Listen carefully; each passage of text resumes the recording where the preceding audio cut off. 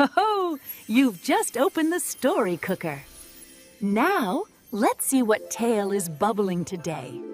Aoi in the Whispering Wood. Aoi awoke not in her bed, but on a carpet of moss, sunlight dappling through a canopy of emerald leaves.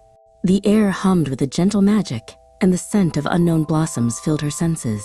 A fluffy white rabbit with spectacles perched on its nose sat beside her, tapping its foot impatiently. "About time you woke up," it chirped. "We've got a busy day ahead." "Where am I?" Aoi asked, her voice a whisper. The rabbit, who introduced himself as Professor Hoot, explained that she was in the Whispering Woods, a place between dreams and reality. "To find your way home," he said, "you must complete 3 tasks. The first is to help the grumpy badger, Barnaby, find his lost smile." "First to Barnaby's," declared Professor Hoot. He led Aoi along a winding path, past mushrooms that glowed with a soft inner light. They crossed a chattering brook by balancing on a fallen log, the water singing a cheerful song beneath them. The woods were alive with whispers and wonders. They found Barnaby the badger grumbling by the stream. He'd lost his favorite button, a shiny red one from his waistcoat. Aoi searched high and low, and with a little kindness and a lot of patience, she finally spotted it gleaming under a fern. Barnaby's grumpy face broke into a wide, happy grin. With Barnaby's smile restored, Professor Hoot led Aoi into a meadow of sunshine flowers. Each blossom turned to follow them, ringing with a faint musical note. "They say the sun chimes ring loudest for those with honest hearts," the rabbit explained. "Our next friend needs your honesty." In a clearing of ancient stones, they met the truth-telling turtle, Sheldon. He had lost his voice and could only communicate in riddles. "What has an eye but cannot see?" he croaked. Aoi thought hard and realized the answer was a needle.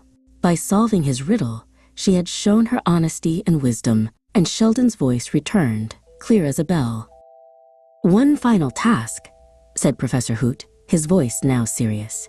"You must show perseverance." Their path led them into the oldest part of the woods, where a gentle mist clung to the ground and the trees were ancient giants. In the distance, one tree soared above all the others, its highest branches touching the clouds. For her final task, Aoi had to climb the tallest tree in the Whispering Woods to retrieve a fallen star for a family of timid field mice. The climb was long and difficult, and she felt like giving up many times. But with every branch she grasped, she remembered the kindness of Barnaby and the honesty of Sheldon, and she kept going. From the top of the tree, the Whispering Woods stretched out like a green and gold quilt.